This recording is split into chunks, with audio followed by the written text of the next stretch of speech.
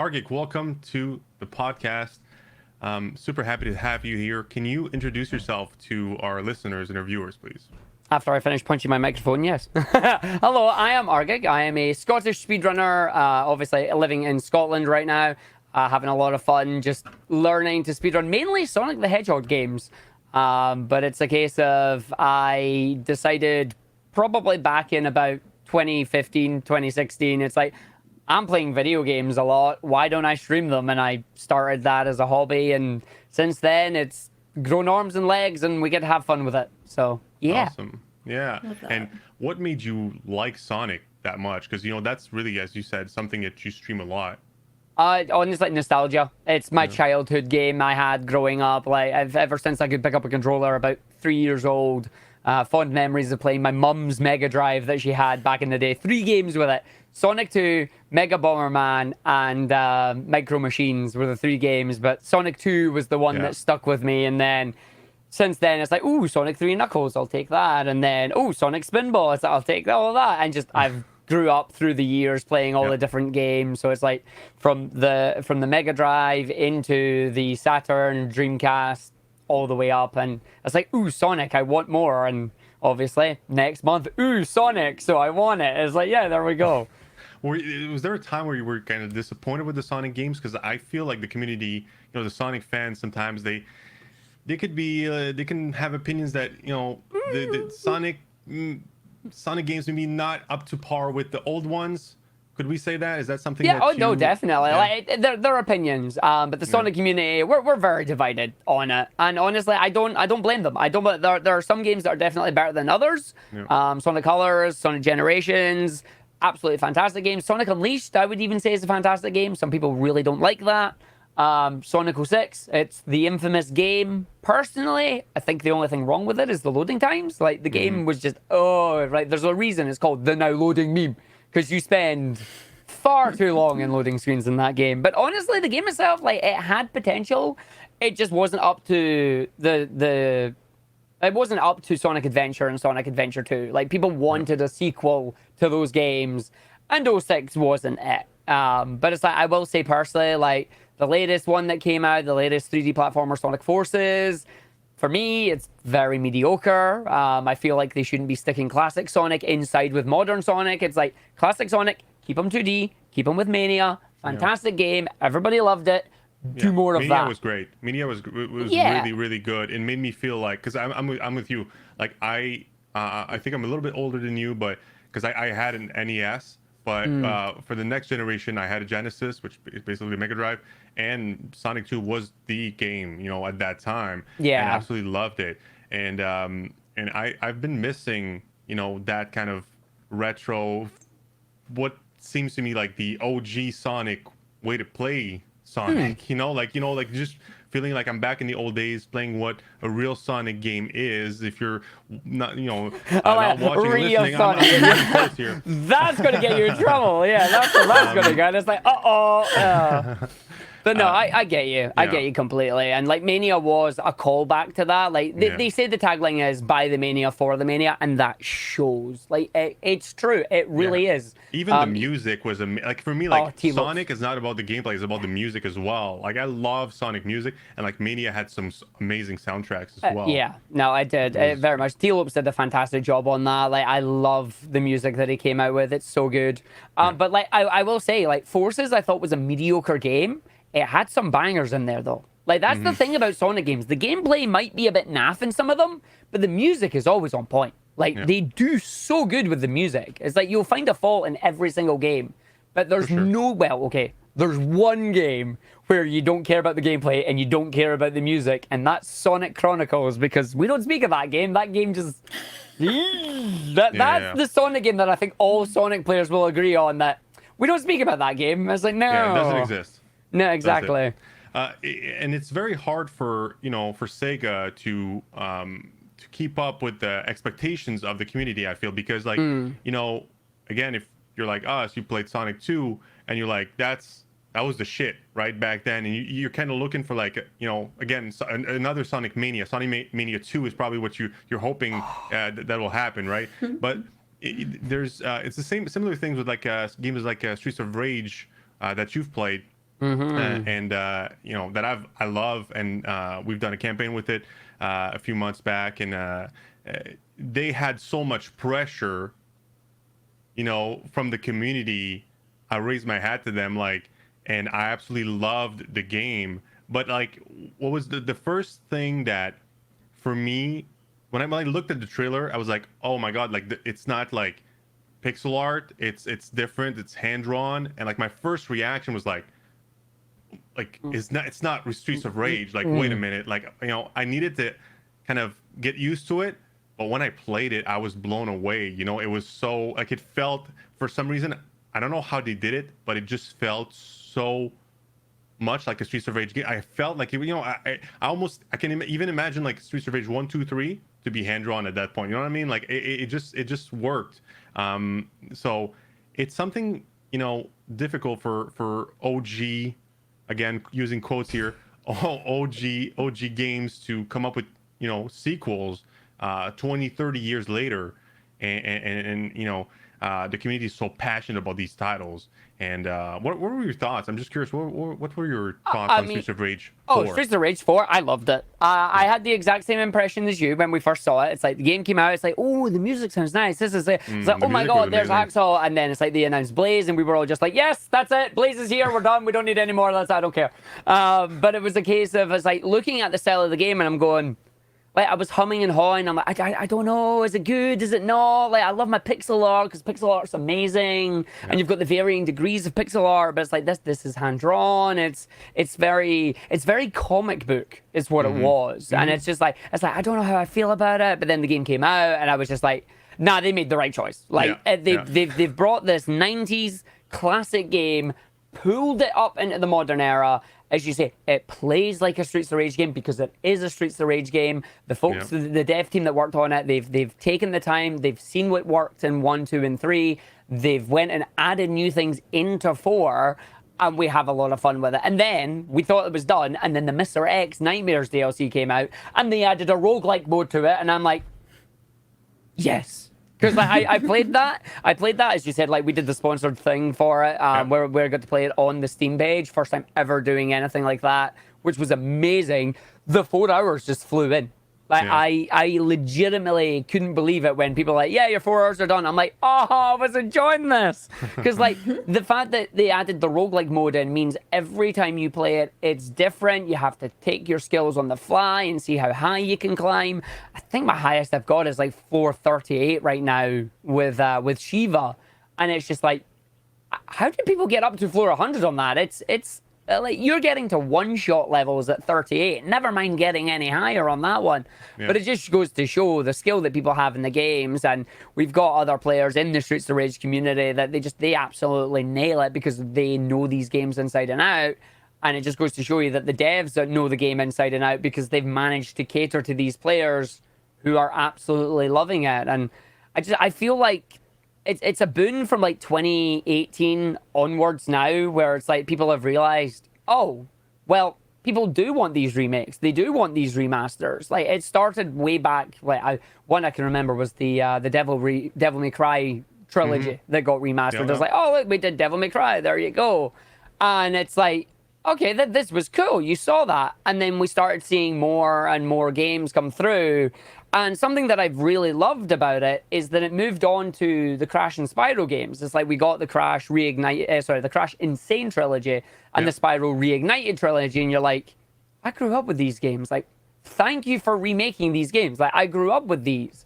And then through that spawned the new Crash game, Crash 4, and you're just like, yeah. I don't think Crash 4 would have ever happened if it wasn't for the fact that the remasters actually did well and people enjoyed it. Yeah, so exactly. we got... They must have validated like what the community was looking for. If they were interested in more Crash of that, content, then we got it. Games. Yeah, for sure. But like the line is so infinitely thin between like producing a game that feels lazy as a remaster, just like adding a coat of paint, and maybe trying to do too much. Like you need to balance it out. You need to make it feel new while respecting what's, you know, good about the old game, and also not changing the DNA too much of the original game. So like, I think I'm thinking of Resident Evil 2, was it the remaster or 3. I don't know if you've played it. But I'm not the biggest Resi fan, but I do know the games that came out, and I have a few friends that were all like, I think it was the we can't wait second for one that I these. played that I really, really, really enjoyed. Even like Final Fantasy 7, right? Like that's a big change. Seven's from interesting. from the original one. But I personally really enjoyed it. Oh. Like I went through it like within like a week or two. It was really, really fun. So yeah, it's really interesting. All these remasters, these remake, but it's easy to look at it and be like, oh, let's make some money. Let's just it's a cash grab. Like, but that's not gonna fly, especially now with so many examples of how to do it properly. How to make a game that feels new while respecting what's been great about the OG games. But enough about that. I'm curious to hear you talk about speedrunning. Yeah, well, back at the start, you might have heard big event, Summer Games Done Quick, Awesome Games Done Quick, run by the Games Done Quick team. I've been watching them since like 2011, 2012, back on Twitch when they were there. And it was a case of I would watch these games that I grew up with and just watch them be destroyed in the most fascinating ways. And I'd sit and watch them twice a year when they were on, and I'd be like, yeah, I could never do that. I could never do it. Nah, it's fine. And I'd keep watching that. And every time I would watch it, it would rekindle that idea of, I want to do that, but I could never do that. And it went on. And then obviously 2015 is when I decided, I'm playing video games anyway. I wanna stream. Let's start streaming. So I'm going to come home. I'm going to play video games. I'll just broadcast it. We'll see what happens. Had no intentions of taking it beyond a hobby. Like that wasn't the goal at the time. Then 2016 happened, and it was a case of Awesome Games Done Quick had happened in the beginning of that year. We still had that drive. We still had that fire. And then I decided I'm going to join the Sonic speedrunning community Discord. I'm just going to get to know people. I'm going to talk to them. We're just going to have fun. And they were hosting an event called Sonic Speed R. Long story short for that, 25 days, different Sonic game. Feel free to join. Any skill level, welcome. It's just a race for fun. And I decided, you know what? I'm going to join that. I'm going to join some of the events. We'll see how it goes. Ended up doing all 25 races. There was only 3 people in the entire community who did that. And me, as a complete noob to it, was one of them. And it was great. The first time you ever speed ran? Yeah. First time Really? I ever decided to pick up any of the games and try them out. So it's like, I didn't know any of the glitches. I didn't know any of the tricks. I knew nothing. But we were in this call together. You knew the game enough, right? Yeah, but no, definitely, because I grew up with them. I knew the games like from muscle memory. Like I knew the games from it's just, I know this level, nostalgia. There you go, and like I could get through them at a decent pace. Like I was going to be last in most of them because that's just how that worked at the time. Like it's like these people, they've all played their games. They knew exactly what they were doing, and some of them were like they were watching me after they'd finished, and like they were telling me tricks and tips and how to get faster and do some of the stuff, and it was great. It was great fun. But at the end of that, I decided, right, okay, I actually want to learn speedrunning properly. Sonic Adventure DX, here we go. Jumped into the channel within the Discord, was like, hey folks, I loved playing this. I want to learn it properly. Let's go. And from there, that was it.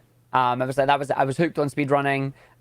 So it wasn't until, it took about a year or two until I finally started going to events. I felt confident enough in my ability to speedrun these games, to showcase them off at marathons, because like, we've got a number of marathons all over. I keep mentioning Games Done Quick because like it is the big one. Like if you hear speedrunning, you'll hear Games Done Quick. But there are thousands of other ones as well, like plenty of online events that are benefiting other charities, other movements and that happen. So it was like a case of you run at the little ones and then hopefully you get good enough to go to the big one, basically.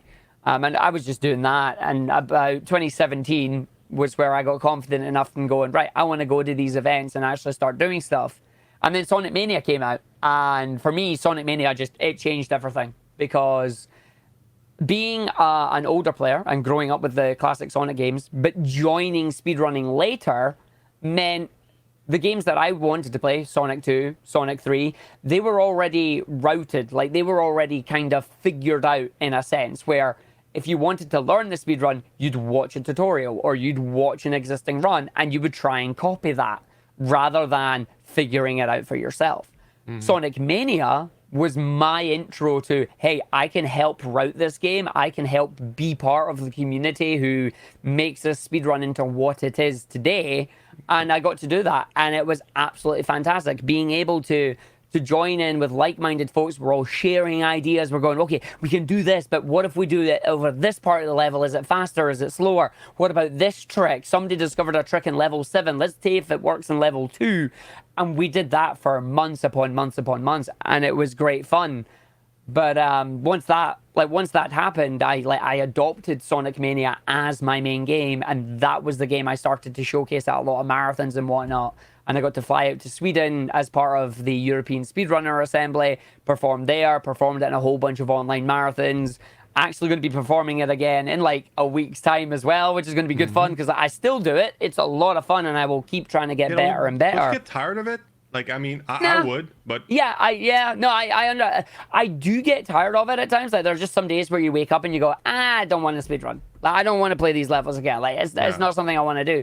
But part of the fun and part of the challenge. Apologies, but what do you do when you wake up? Like, you have a stream, right? Like, you wake up, you're like, I'm supposed quotes again here. Air quotes here again. I'm supposed to speedrun today to my community.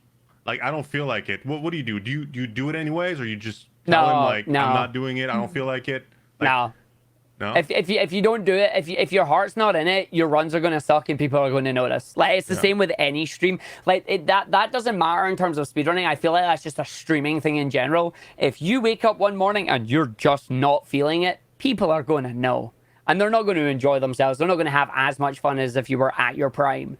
For speedrunning, it's the same idea. You're going to go in and it's just like, I'm not feeling it. You're going to make mistakes that you wouldn't normally make. You're not going to go as fast as you can. But the drive for me, with Mania at least, is just like, it's the game that I still have fun playing. Like, it's one of those, it's a game that if I was stuck on a desert island and could have only one game, it would be Sonic Mania. Because I enjoy playing it. It's a great game. And like, you need that drive if you want to keep going. But obviously, speedrunning itself is, if you want to, you're basically competing against yourself. Yeah. Like, there is competition, there is the leaderboard, there are races and whatnot, but at the end of the day, you're just trying to set the fastest time that you can do. And once you reach a time that you're happy with, that's it. Like, there you go. Congratulations. You can move on to the next game or move on to the next thing that you've got going.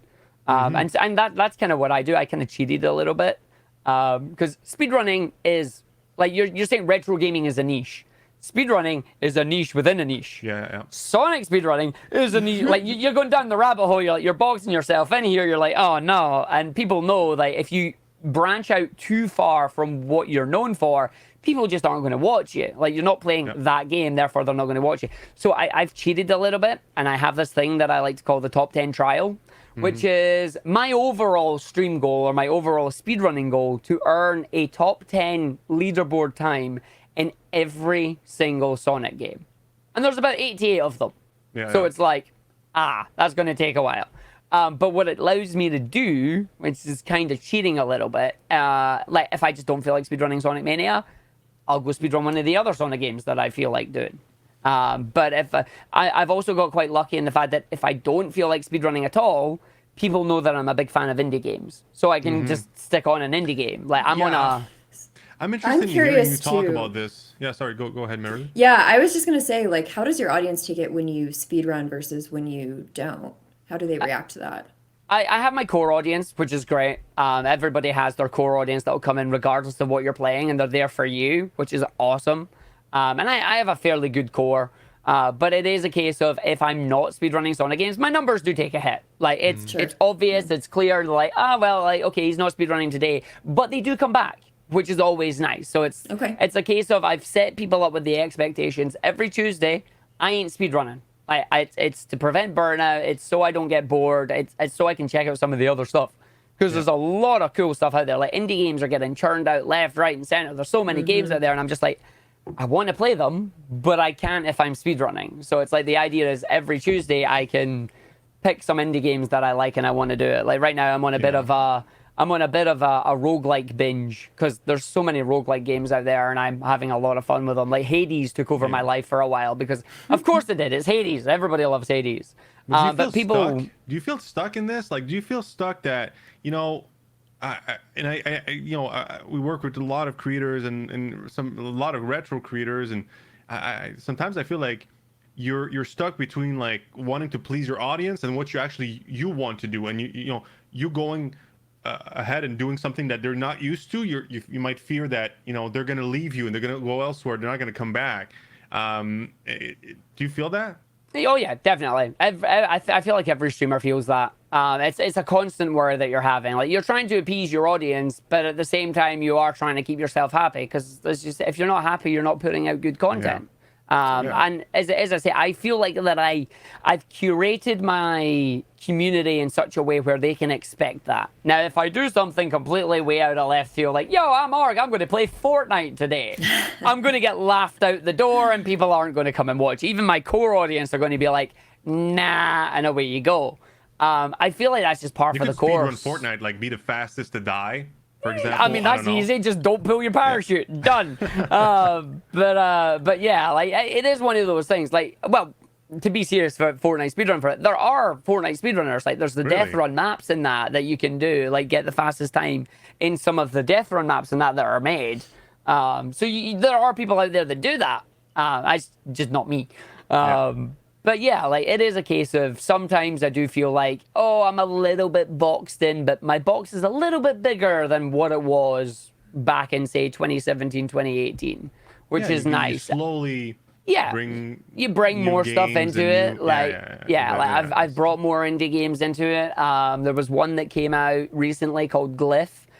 You're a little mechanical ball who turns into a little scarab that can fly around the place. It's a 3D platformer similar to like Cooler World, and it's a fantastic little indie game. And I spent about 2 streams just 100% in that game because it was fun, it was quick, it was enjoyable. And at the end of it, I went, I want to speedrun it. And then it's like, okay, do you know what? It's a speedrun. So now I can play it on any of my other streams. It's not necessarily Sonic, but it's still speedrunning. Yeah. So it's a case of people will start to get used to seeing that in there. And then another little secret or kind of little cheese that I'm planning on doing is like the idea of just an indie speedrun stream where I'll take all the indie games I've learned and just speedrun them back to back. And it's just like maybe one Saturday, a special event. We're going through all these indie games that I can speedrun, and we just do a speedrun of them. And as long as you make it as long as you bring the hype to it, like you make it some kind of event, people are going to turn up to watch it. And that's the thing. Because you do get the typical, oh, I'm going to speedrun, I'm doing the grind, I'm doing the practice. You'll get people that absolutely love that, and they'll come and watch the process and they'll see it. But there are people out there that just want to see the final product. So it's like they just want to see a good run. I like the fact that if they want to see a good run, they're going to have to come and watch. There's no guarantee that there's going to be a good run. But when you get one going, you want to be like, I was there. Like, I'm here. Look, Mom, I'm on YouTube. I'm on Twitch. But it's that kind of moment. Which is mostly why people watch speedruns, I feel. Are you afraid, like, do you feel like you're stuck in there? Like, because in terms of growth, right, growing, like, what's your goal? Or do you want to grow more? Do you not care? Are you okay with the numbers that you have right now? Or do you feel stuck? Like, how do you feel about that? I want to grow more. Like my idea, I want to go full time. I want to be a full time content creator. Are you not right now? No, So you have a job? Yes, I do. I do. My streaming hours are basically full time streaming hours. Like I do 8 hours a day, 4 days a week, and then I do a 3-hour stream on Wednesdays. But on Wednesday afternoons, Thursdays, and Fridays, I work a 9-to-5 job to keep some money coming in. But it's a case of I would like to at some point be able to ditch the job and be like, no, I am a full-time content creator. This is my job. This is what I do. I'm making a decent amount of money right now, but not enough to go full-time. Like I've got to be smart when I'm doing it. I can't be like, I'm going to give up my job, because that's how I get myself in trouble. But yeah, no, I do that on the flip side. Ideally, I wanna push my numbers higher. Everybody wants to push their numbers higher. But I'm not looking for megabucks. Like I'm not looking to be the next Ninja, the next Cool Carnage, the next not looking to be anything like them. Enough that I can make ends meet and make people happy with my content is what I'm aiming for. How do you think you can achieve that? Do you have a plan? Like, do you know, like, is there a direction you want to go? Is that going to play more indie games, or to get out of maybe the Sonic content a little bit more, Not really. For me, it's a case of continue doing what I'm doing with the top 10 trial. Like, I'm fairly set in that one because that's a personal goal for me as well as a stream goal. Like, I want that article that says Speedrunner is top 10 in all 88 Sonic games because nobody else is going to do that. And there's articles out there. The Mexican runner was one, a person who managed to collect and beat every single NES game. And it's like, that was an achievement. That was amazing. It's like, I want to do something like that as well. But on top of that, as you say, it's like, I just want to branch out to some indie games because indie games are good fun to play. It's good to showcase them off as well. It could potentially open up more sponsorship avenues and things like that because Sonic speedrunning, while it's nice, doesn't particularly have much in the way of like, oh, here's a new game sponsorship or something like that, like it's not, it doesn't have that level of, it doesn't open yourself up too much to those opportunities. For sure. How do you deal with that, with sponsorships in general? Like we did a sponsorship with you for Streets of Rage on Steam. I think that was something, like as you said, it was new for you. And obviously you had fun because I was watching you play it on Steam, and it was a lot of fun to watch. How do you go about finding? Because I feel like that might be a way. Because growing an audience, you don't really control that, right? Like you cross your fingers, you do your best, and you hope for the best. And then the numbers come or not. Frankly, I've seen it all. I've seen guys that have been doing it for 10 years, and the numbers are not moving, and that's the way it is. What can you do? But sponsorship, you have a little bit more control over it, and that's what we're trying to do here at Streamforge. Try to help, smaller folks, small, medium-sized guys that typically don't necessarily get a lot of sponsorship offers, or at least not necessarily know how to get the sponsorships. So how do you go about this? Like, do you look for sponsorships, and any challenges you come across when you're doing that?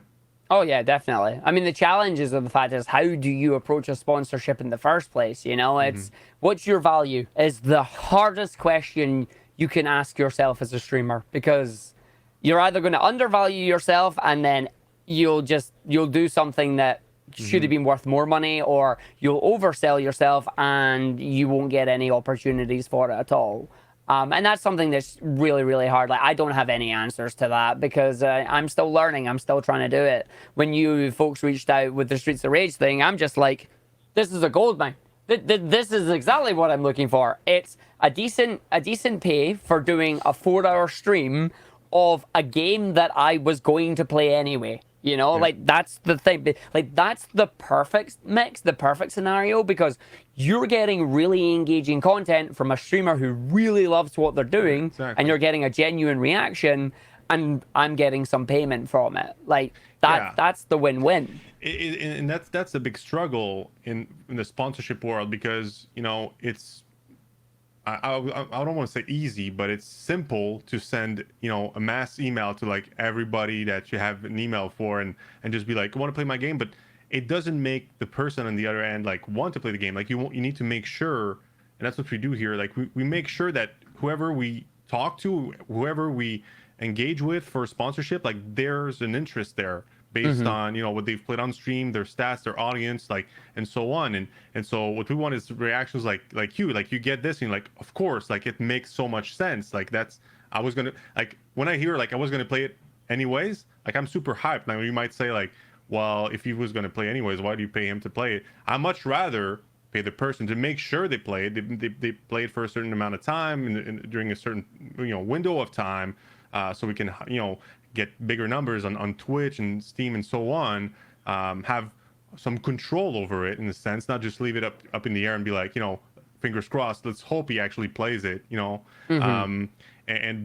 that's what we want. We want to make sure that, the reaction is there. And also the audience is so important. Like, as you mentioned, like, when you play certain games, your audience might not follow necessarily, at least not all of them. So that's another thing, like, we want to make sure of. And but yeah, it's I feel like as a retro creator, there's a lot more opportunities than you think, but it's a matter of kind of knowing where to look.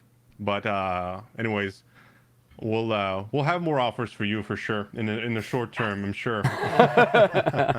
That's always a good thing. But as you say, yeah, it's knowing where to look and knowing how to price yourself correctly for it. Because if we knew the answer to that, people wouldn't be struggling to be content creators, you know. Yeah. I think that's a wrap, isn't it? It was. It went quick, fun. yeah. It went fast. It always seems to go fast when you start it, right? Yeah, absolutely. 30 minutes already. It was an absolute pleasure. Argick. I used to call you Argick, guys. It's Argick. All right? He had to practice for like 20 minutes this morning, don't worry. Don't worry about it. I was looking at myself in the mirror. Argick. Where can we find you online, man? Can find me main place as always over Twitch, twitch.tv/Argick. It's where I do my streams, as I say, 5 days a week, every Saturday, Sunday, Monday, Tuesday, and Wednesday, 11 till 3, and then 6 until 9. Except for Wednesdays, it's only 6 until 9. But I also have a YouTube channel. I'm starting off a YouTube. Well, I say starting up. It's got 1,000 subscribers now, which is really nice. But I post up my speedruns, some indie game playthroughs, and lately it's been a lot of fan games because there's a nice fan game expo. So check out, search for Argick on YouTube. You'll find me there as well. Would love a sub on that. And if you just want to hear my general musings and that, I do have a Discord server and I have a Twitch, a Twitter as well, at JK Argick, is where I post all sorts of shenanigans because that's what we do. Very nice. We'll check you out for sure. And I invite everyone to check him out as well. Argick, thank you so much, man. We'll talk soon. Yeah. Thank you. Thank you.